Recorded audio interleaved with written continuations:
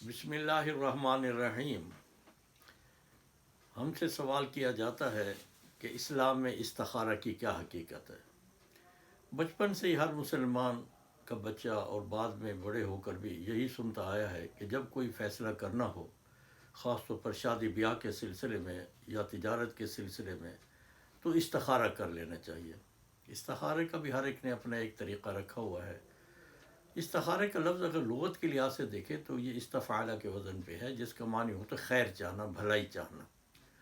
اللہ سے ہم بھلائی چاہتے ہیں۔ اس کے طریقہ کار میں صرف فرق ہے جس پہ بات کی جاتی ہے۔ ایک تو استخارے کا طریقہ وہی ہے جو بتایا جاتا ہے کہ یہ غیبی اشارہ ہے، فلاں دعائیں پڑھ کے، رکعتیں پڑھ کے رات کو سو جائے تو جو دل میں آئے گا اللہ کی طرف سے اشارہ ہوگا۔ یہ طریقہ جو ہے یہ غیر اسلامی ہے، کیونکہ اللہ کی طرف سے کوئی غیبی اشارہ نہیں ہوتا، کیونکہ یہ تو پھر وحی کی روشنی میں ہوگی، یہ تو پھر ختم نبوت کے بھی خلاف ہے۔ اگر وحی اللہ کی طرف سے اگر اشارہ ہے تو دوسرے الفاظ میں کہ جن چیزوں کا ہم فیصلہ کرتے ہیں، رشتے کرتے ہیں استخارہ کی بنیاد پر، اور وہ رشتے جب خراب ہو جاتے ہیں، طلاقیں ہو جاتی ہیں، تو کیا اللہ کا اشارہ غلط تھا؟ اسی لیے ہمیں اسے کوئی مذہبی چیز نہیں بلکہ ایک نفسیاتی چیز ہے۔ اور استخارہ اس لحاظ سے کیا جا سکتا ہے کہ آپ رات کو تنہائی میں بیٹھ کے جس چیز پہ آپ نے غور و فکر کرنا ہے، اس کے پروز اینڈ کونز دیکھ کر کہ کون سی چیز بہتر ہے کون سی نہیں ہے، اس کے مطابق آپ ایک فیصلہ کریں۔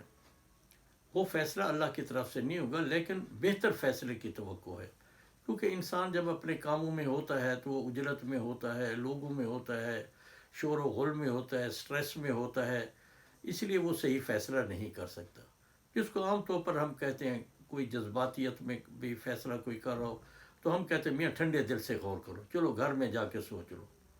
یہی ایک لحاظ سے اعتکاف میں بھی ہوتا ہے کہ ہم بیٹھے ہوتے کنسنٹریٹ کر کے۔ اس سے زیادہ اگر دیکھیں تو ہم اگر دیکھیں تو یہ جو رات کو بھی ہم تہجد پڑھتے ہیں، وہ بھی اسی کی ایک قسم ہو سکتی ہے، کیونکہ تہجد میں بھی لوگ سو رہے ہوتے ہیں، ہم تنہائی میں لوگوں سے کٹ ہو کے یکسوئی سے، خاموشی سے، ہر طرف سکون ہوتا ہے، تو ہم کسی مسئلے کے حل کو زیادہ اچھی بہتر طور پہ سوچ سکتے ہیں اور اس کا حل بھی تلاش کر سکتے ہیں۔ تو یہ ایک جنرل نفسیاتی یا ذہنی عمل ہے جس کو ہم کہہ سکتے ہیں، اس کا مذہب سے تعلق نہیں ہے۔ اور دوسرے الفاظ میں دیکھیں تو اس لحاظ سے اس قسم کا استخارہ جو ہے تو غار حرا میں حضرت صلی اللہ علیہ وسلم جو جاتے تھے، وہ ایک مراقبہ کی بھی صورت تھی غار حرا میں جانا، اور اسی طرح ایک استخارے کی صورت تھی۔ وہاں حضور صلی اللہ علیہ وسلم سو کر کوئی استخارے کا ذریعہ حل نہیں نکالتے تھے، بلکہ وہاں بیٹھ کے لوگوں سے دور ہو کے تنہائی میں زیادہ موقع ملتا ہے کہ آدمی مرتکز ہو کر، فوکس ہو کر مسئلے کا حل سوچتا ہے، تو حضرت صلی اللہ علیہ وسلم وہاں حل سوچتے تھے۔ اسی طرح بدھ مت میں دیکھیں مراقبہ ہوتا ہے، جو ہے وہ مہاتما بدھ نے بھی جنگل میں جا کے وہی مراقبے کرتے تھے کہ لوگوں سے ہٹ کر، تاکہ زیادہ کنسنٹریٹڈ ہوں۔ اب یہ ہوتا ہے کہ اگر آپ دیکھیں کہ جن لوگوں نے بھی استخارہ کیا ہے خاص طور پر شادی کے سلسلے میں، تو اس کا کیا نتیجہ نکلا۔ ہم نے ایک ریسرچ کرائی تھی کازز آف ڈائیورس ان پاکستان، کہ پاکستان میں طلاقوں کی کیا وجوہات ہیں۔ تو اس میں ہم نے انٹرویو کیا ان خواتین سے جن کو طلاق ہو گئی تھی، اور مردوں سے بھی، تو خواتین اور ان کے والدین سے بھی۔ تو اس میں کئی جیسے ہم نے سوالات رکھے بھی، آپ کی شادی لو میرج تھی یا ارینج تھی، دوسرے قبیلے میں تھی، باہر تھی، یہ ساری چیزیں لکھ کے ایک سوال ہم نے ان سے یہ پوچھا تھا کہ کیا اس شادی کے لیے آپ نے استخارہ کرایا تھا یا کیا تھا؟ تو آپ حیران ہوں گے، 90% لوگوں نے کہا ہاں ہم نے کرایا تھا، اور وہ مثبت نکلا تھا۔ تو یہیں سے سوچ لیں، لیکن شادیاں ٹوٹ گئیں۔ تو استخارہ میں کوئی مذہبی چیز نہیں ہوتی، یہ آپ کا اپنا ارینجمنٹ ہے۔ بلکہ میں کہا کرتا ہوں استخارے والی شادیوں کے ناکام ہونے کے زیادہ چانسز ہوتے ہیں۔ کیوں زیادہ چانسز ہوتے ہیں؟ اسی لیے کہ وہ غور و فکر اور عقل نہیں استعمال کرتے۔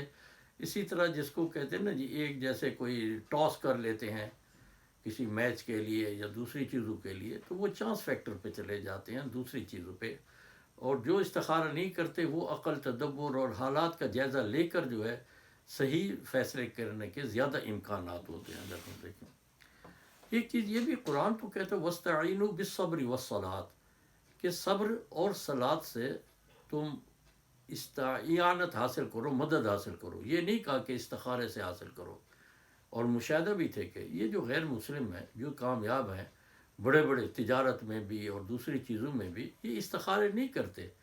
یہ قرآن کے اس حکم میں کہ افلا تعقلون یتدبرون، تدبر تفکر، عقل کے استعمال سے وہ آگے بڑھتے ہیں. وہ بھی قرآن کا جو ہے اللہ تعالیٰ کا حکم ہے کہ عقل استعمال کریں، انالیسس کریں چیزوں کا.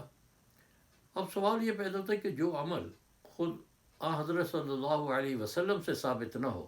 اب لوگ کہتے ہیں جی اس پہ روایتیں حدیثیں. بھئی حدیث و روایت بنانا جو ہے ایک تو مس رپورٹ بھی ہو جاتی ہے، راویوں کے ذریعے ہم تک پہنچی ہے، راوی کہیں سوء حفظ ہے، کہیں آؤٹ آف کانٹیکس بات کی.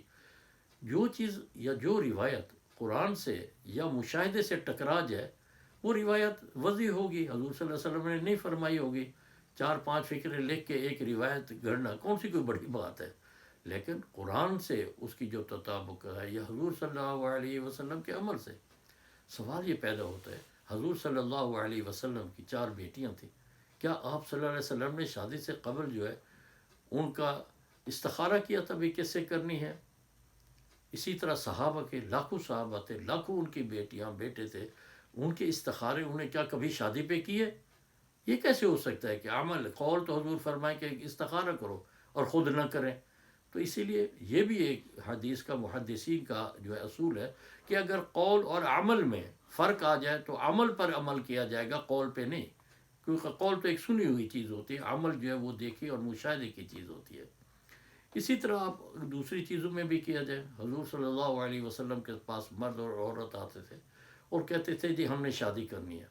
تو حضور صلی اللہ علیہ وسلم ان کو تھوڑا سا انٹرویو کرتے، ان کے حالات دیکھتے، اس کے مطابق حق مہر کا تعین کر کے شادی کر دیتے تھے. حضور صلی اللہ علیہ وسلم نے یہ تو کبھی نہیں کہا اچھا جی کل آنا رات کو میں استخارہ کروں گا یا تم استخارہ کرنا.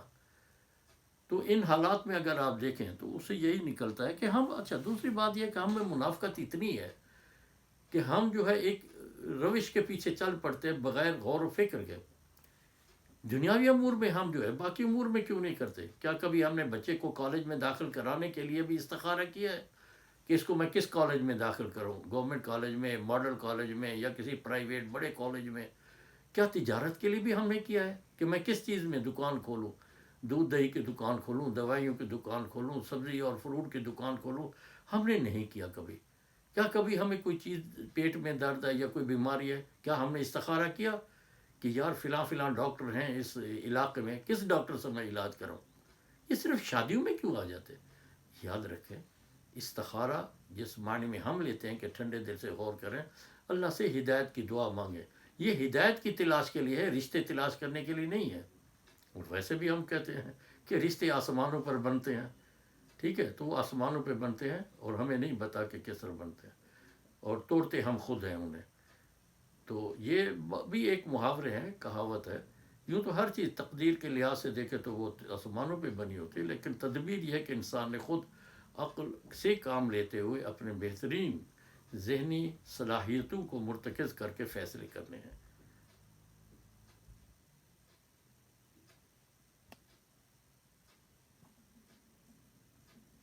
ہو گئی.